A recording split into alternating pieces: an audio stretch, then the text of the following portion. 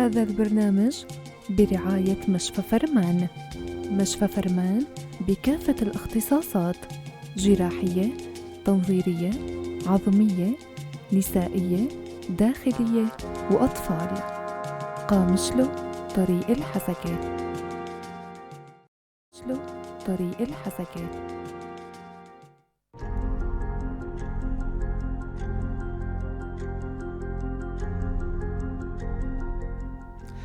مساء الخير لكم واهلا وسهلا فيكم مستمعينا ومتابعي اذاعه بوير اف ام على الموجه 103.5، ايضا متابعينا ومشاهدينا عبر البث المباشر بوير عربي. اهلا وسهلا فيكم بحلقه جديده من برنامج صحتك بالدنيا. برنامج صحتك بالدنيا برنامج صحي توعوي. عبر هالبرنامج هذا بنستضيف طبيب مختص بيحكي على مرض معين طبعا، وكمان بنسمع منه نصائح بخص أي مرض ما معين. ضيفي بالاستديو الدكتور جيلان ياسين، اختصاصي بالجراحة العامة. خلونا نحن وأنتم نرحب بالدكتور. أهلا وسهلا فيك دكتور. أهلا وسهلا وبالمستمعين الأعزاء. شكرا كثير لكم الله دكتور. يسلمك. بداية للي عنده أي سؤال فينه يتصل معنا عبر الرقم الأرضي 429-101 أو عبر الاتصال عبر البث المباشر. أيضا فيكم تكتبوا أي رسالة أو أي سؤال بخص الجراحة العامة، وموضوعنا هو مهم كتير. حصات المرارة، بنسمع كتير من المرارة المحصاة، أو مثلا أي مريض عم يشكي من مرارة ملتهبة، أو يعني راح يكون صميم موضوعنا هو المرارة. بداية دكتور، لو تعرفنا على المرارة كعضو كوظيفة، شو له وظيفة المرارة؟ تماما. المرارة هي تعتبر من الأعضاء الموجودة داخل جوف البطن. هي تنضم للآلام البطنية. نعم. هلا نحن عندنا الآلام البطنية شوية، مثلا آلام الزايدة، آلام الكولونات، آلام المرارة، آلام معدة، آلام الكبد. هاي كلها تعتبر من الأمراض الموجودة ضمن جوف البطن. تماما. فبالتالي والمرارة تعتبر هي من العمليات الجراحية. نعم. تعالج دوائيا، ولكن الحل الجذري هو العمليات الجراحية. هي تعتبر من العمليات السهلة والسلسة يعني والكلاسيكية، وتعتبر هي العمليات الثانية بعد الزايدة. تماما. يعني من العمليات الجراحية الحادة اللي تكون ضمن جوف البطن. أول بالمرتبة الأولى هي الالتهاب الزايدة الدودية. نعم. بالمرتبة الثانية هي المرارة، مشان نعرف نسبة آلام المرارة، لأنه هي تأخذ يعني حيز كبير ضمن المرضى. فبالتالي هي تقع بالدرجة الثانية من العمليات الجراحية بعد عمليات الزايدة الدودية. هي المرارة هلا إذا تشريحيا يعني حكينا عنها، هي تقع عادة في جوف السريري للكبد، في المراق الأيمن، في الطرف الأيمن من جوف البطن. نحن جدار البطن نقسمه إلى أيمن وأيسر. نعم. يعني مراق أيمن ومراق أيسر تحت الأضلاع، وبالحرقوفية اليمنى واليسرى يصيروا 4 جوانب. على المرارة هي تتوضع في السرير الكبدي في القسم الأيمن تحت الأضلاع مباشرة. تماما تحت الأضلاع. المرارة عبارة عن خزان، ويشبهوها بالفاكهة بالأجاص، يعني هيك مش على شكل أجاصية. حجمها من قياسها من 5.5 إلى 7.5 كطول وعرض. هي تعتبر خزان لملء الصفراء، تمتلئ فيها صفار. كمية الصفار اللي تتواجد بالمرارة هي تقريبا على مدار 24 ساعة هي من 600 مليم إلى 800 مليم إلى لتر. كميتها حسب طول الجسم، العمر، الوزن وكذا. فأحيانا تعطي نتاج 600 مليم إلى 800 إلى 1000 ملي لتر. لما الإنسان يجوع بلش العصب المبهم يعطي إفراز الكوليكوستينين، هذا الهرمون اللي يحفز لإفراغ المرارة من الصفار. تماما. الصفار عبارة عن كيسة مثل الحويصلة تتجمع فيها هالكمية من الصفار. عند الجوع يبلش الإفراز الهرموني، ينبه المعصرة الموجودة اللي هي موجودة ضمن القناة المرارية. القناة المرارية فتصب الصفار في القناة الجامعة. يعني عضو ما بعد المرارة في عضو آخر هو اسمه قناة الجامعة، هذا عضو لحاله. تماما. قناة الجامعة. عند الجوع المرارة تفرغ الصفار ضمن القناة الجامعة لتصب في الاثني عشر. قال نحن الهضم الاول يصير عندنا بالمعده بعد ما اكلنا، بعد ربع نص ساعه يصير عندنا هضم اولي نحن. لما ينزل على الاثني عشر يبلش مثل ما يقول الامتصاص النهائي للمواد الاساسيه تماما. اللي يحتاج اليها الجسم بالاثني عشر. فهون نحن هي تختلط الاكل المهضوم اوليا، تتفاعل بقى مع الصفار ومع السوائل البنكرياسيه، لانه هلا البنكرياس كما هيك متصب لها شيء 800 مليم الى 1 لتر من السوائل طبعا. فاثنين عن طريق الصفار والسوائل البنكرياسيه تتجمع مع بعضها وتصب على المواد الهضميه المتفاعله اوليا، وتتم عمليه الفعل الهضمي الاساسي. تمام. هون تبلش المشكله. هون بلش المشكله انه ليش عم تتكون الحصيات المراريه. تماما. اذا عم تسالني هالسؤال طبعا اكيد رح تسالني هالسؤال. اكيد دكتور. يا ترى شو هي الاسباب دكتور خليل؟ يعني باعتبار كان وقفنا لاخر نقطه اللي كان بحديث موضوعنا انه بالضبط. عم تتشكل الحصيات ضمن المراره احيانا بنسب متفاوته بين الذكر والاناث مثلا. لو تحكي لنا عن هالموضوع. هلا هي تشكل الحصيات شو اسبابها؟ هلا نحن قبل كل شيء نحن وراثه. نحن اول شيء نحط في البند الاول الوراثه. ابدا. البند الثاني هو العرق. يعني ما بين الابيض والاسود مثلا. اي طبعا ما بين النساء والذكور مثل ما قلت. هلا هي 3 مرات تصير عند النساء، حتى تصير مره واحده عند الرجال. تماما. ايوه. الاسباب الثانيه هو مثلا امراض الدم الحلاليه، داء السكري، كثره الولادات عند المراه، ايضا عدم انتظام دوره. طبعا هذا كله يؤدي الى تكون الحصيات. الحصويات انواع، تركيبه الحصيات هي الكوليسترول، املاح معدنيه وشوارد ومي ماء يعني. تكوين الجسم هي تصير ترسبات في جدار المرارة السفلي، ترسبات مع مرور الزمن لما تكون في أسباب مهيئة لتشكل الحصيات. نعم. تترسب هالأملاح حسب طبيعة الجسم. البعض منها الكالسيوم مع الشوارد تترسب في جدار المرارة. تكون عندك حصيات بيضاء. نعم. إذا أملاح صفراوية مع البيليروبين يعطيك أصفر، حصيات صفر. في عندك حصيات صفر لما تكون مختلطة. نعم. نحن اغلب الحصيات 80% هي مختلطه، لونها اسود بني. بني. احيانا تكون مثلا رمليه. هلا لما المريض يجي عند الطبيب بعد الفحص ويعمل الفحوصات اللازمه، شوف يقول لك الايكو يقول لك انه مثلا هي رمليه، هاي دلاله انه لسه في بدايته معناته. تماما. يعني المريض جاي في الوقت المناسب. لما تكون الحصيات متشكله وصايره حصيات، هاي دلاله انه في تاخر في العلاج، ويكون مري عليه سنوات. يعني هذه الحصيات هي بدها سنوات لحتى تتكون. اكيد. وموضوع العلاج هلا اكيد رح نحكي عنه دكتور. طيب هلا حدا من المستمعين مثال، يا ترى كيف بدي اعرف انه انا عندي مراره ملتهبه او مراره محصاه؟ شو الاعراض اللي عم تظهر على مريضكم مثلا اللي عم يجي عندكم على العياده؟ هلا هاي نقطه مهمه واساسيه. ليش؟ ان المشكله التهاب المراره هو صامت شوي. تماما. صامت، فما تعطي اعراض الا لما تكون نحن وصلنا للمرحله الثانيه او الثالثه من المرض. يعني تكون تشكلت الحصيات وبلشت يعني دق على الجدار المراره او دق على القناه المراريه، لان القناه المراريه عندك اللمعه او القطر تبعها ما بين 0.4 0.5 ملم. فخلص هالحصيات الصغيره لما تمر تبلش تعمل تضيقات. هون بلش تعطيك الاعراض. الاعراض عاده يكون يحس بالوجع احيانا بس يتحملها، يقول اكيد يمكن السبب يكون هضمي او استعجال بالاكل او مثلا وضعيه الجلوس وهي. يتعود على الالم فيتحمل مسكنات ومسكنات لحتى ما يصير الوجع يعني فوق المتحمل. يعني فوق المتحمل، او يكون انه المسكنات ما تعطي استجابه. هون الم فظيع في المراق الايمن من جدار البطن مثل ما قلنا تحت الضلع. يرتفع الى الاعلى، يوصل للعظم الترقوي هون بالخط الناصف، ويوصل لوحتي الكتف الى الخلف، ويسوي الم بطني خلفي للظهر مثل الحزام. نحن نسميه المريض انا اساله انه الالم يصير مثل الحزام، يقول ابدا هيك يلتف على ظهري. تشخيص هذا التشخيص مباشره. حلو. هون مشان نفرقوا عن اعراض البنكرياس من البنكرياس تتشابه اعراضها مع اعراض المراره. نطلب اميلازا، الى تحليل الاميلازا عالي خلص نحن نركز على البنكرياس. اذا الاميلازا طبيعي نركز على المراره.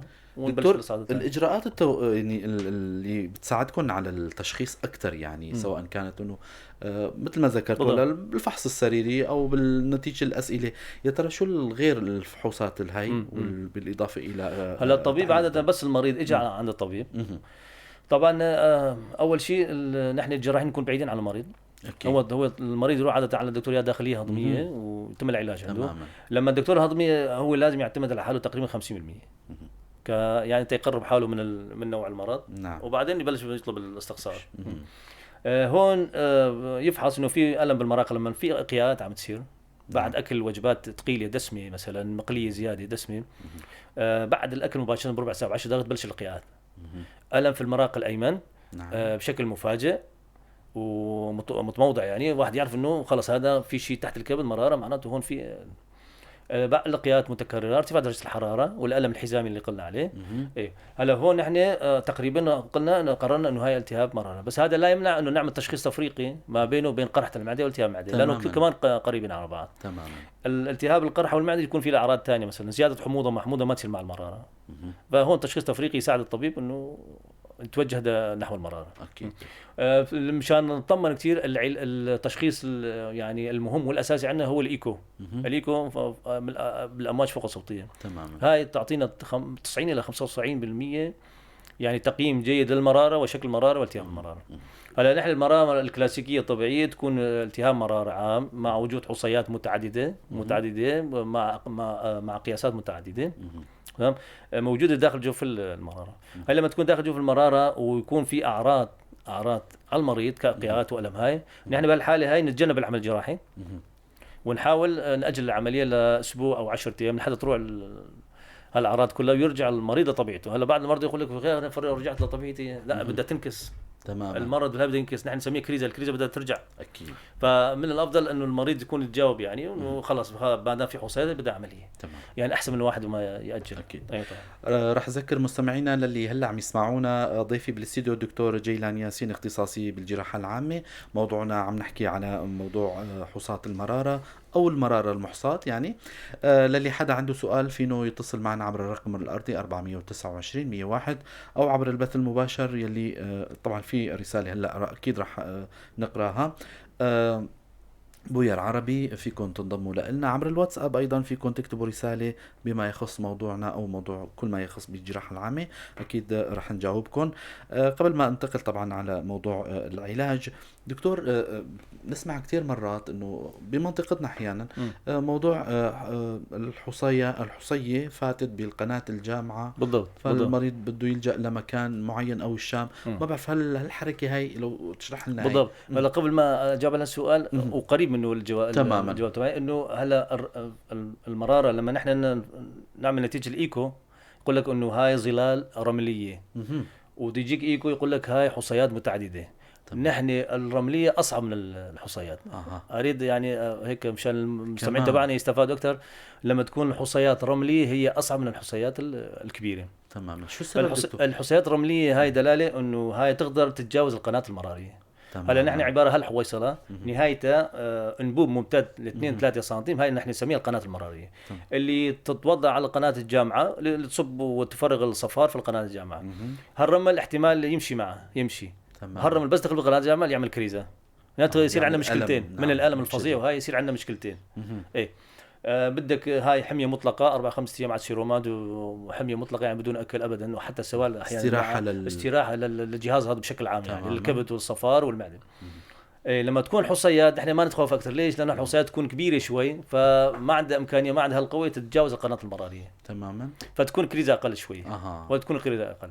احيانا تكون صغيره كثير الرمل، بحثين 3 لاجي على السؤال تبعك عن قناه الجام. لما الحصية تنتقل من المرارة إلى القناة الجامعة هون تسوي مشكلة. إيه القناة الجامعة تتوسع يبلش صفار يظهر أعراض زيادة، نحن ندخل إيه هاي بقى نحن نسميه خماسي رينو. تمام. يعني إنه أعراض مرارة مع أعراض قناة الجامعة. هون إيه ترتفع زيادة درجة الحرارة فوق 39 يسوي قشعريرا. تماما. إيه ازداد نسبة البيلوروبين في الدم فيصير صفار، عين الانسان يصفر، وهاي حتى الجسم كله كمان طبعا بعدين يمتلئ الجسم كله. البول يبلش يصير لونه ابيض يعني يتفتح هيك شوي كمان. هاي اعراض انه خلص القناه الجامعه تسكرت تماما. هون مشكله كبيره اذا تسكرت القناه الجامعه. نحن في عندنا هون جهاز اسمه ERCP هو الوحيد القادر على استئصال الحصيه من قناه الجامعه بس مو موجوده شيء. فاغلب الاحيان نبعثهم على الشام يعني بشكل اسعافي. طبعا هذا خلال 48 ساعه لازم يعني تزيل الحصاد ويعمل هونيك شبكه او ستيند على يكون عمر الشبكه 3 شهور 6 شهور مثلا. تماما. فاصابه القناه الجامعه من الافضل يعني قبل ما نوصل لهالمرحله هاي نحن نعتبرها من المراحل المتاخره ويكون المريض ما استجاب لطلب الطبيب انه بدك عمليه جراحيه واخر على هالموضوع ورجع لعادات سيئه. يعني تعرف العادات السيئه اكيد يعني زياده الدسم والقليل وكل الامور هاي اكيد. فزاد تماما.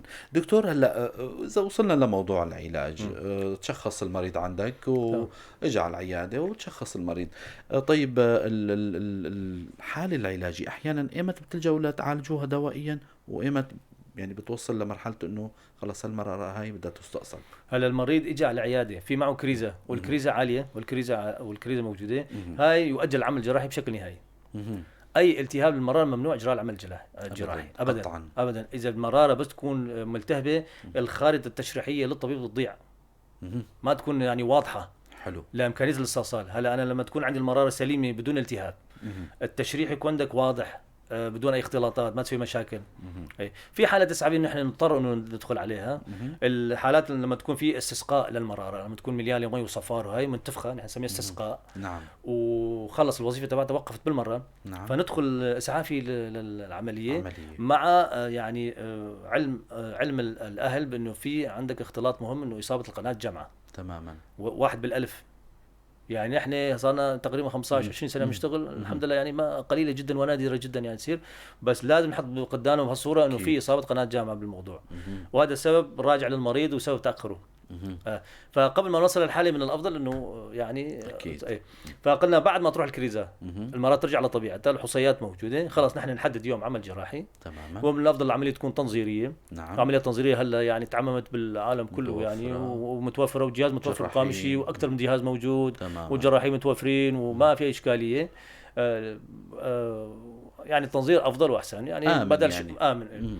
احيانا نضطر مثلا اثناء العمل الجراحي لما نسوي التنظير يكون التسمك جدار صعب غير قابل تسليخ بالتنظير، فنضطر نعملها جراحي. هاي كمان واحد تقريبا من بين مريض بدين مثلا يجوز، مريض بدين عميق كتير مثلا، غير واضحه، المراره قديمه كتير، احيانا يصير هيك مع تمام. هي المشاكل تكون بالصوره يعني انه احيانا تتحول من تنظيريه لجراحيه. بالضبط. بس اغلب الاحيان العمليات التنظيريه الكلاسيكيه بتصير وسلسه كتير ومو صعبه، والمريض تعتبر العمليات البسيطه للجراح يعني. تماما. دكتور، طبعا قبل ما ننهي لقائنا في كم سؤال. الاخ هو سؤالين طرح ولكن ربما شوي تاخر علينا. عم يسال انه من اين تتشكل الحصيات الرمليه، او ربما يعني قصده انه سبب تشكل الحصيات الرمليه. طبعا تمام، هو بلكي ما انتبه علينا. هلا نحن عاده بما انه الصفار يتكون بالكبد ويفرغ في الحويصله اللي هي المراره. هون الصفار من ايش مكون؟ من كالسيوم، من املاح معدنيه، من البيلوروبين، من شوارد الدم، من هالامور هاي كلها. تماما. ايوه. فلما يصير قلس بنكرياسي مراري الصفار، سوائل الصفار وسوائل البنكرياس يدخلوا بين بعض، يصير قلس. هون التركيبه الكيميائيه تتغير. تماما. تركيبه الكيميائيه تتغير. هون هذا يؤدي الى تشكل الحصيات اغلب الاحيان.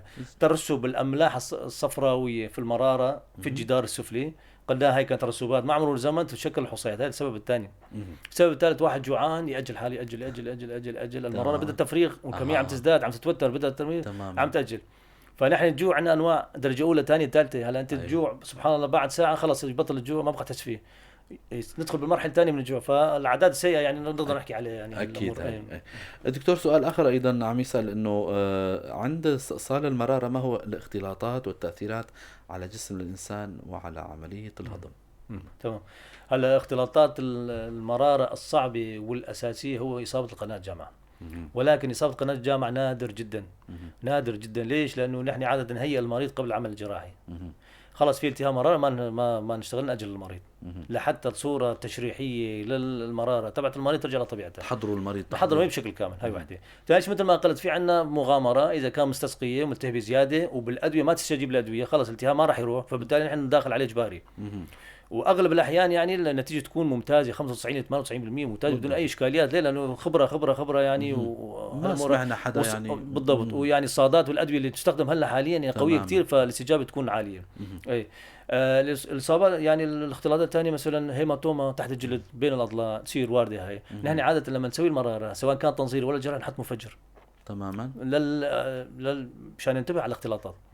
اذا في صفار عم يطلع من جوف البطن، احنا احيانا نربط مثلا اذا مفتوح عم نربط بالخيط، يمكن الربطه تبعها تكون مرتخيه شوي فطلع صفاره برا.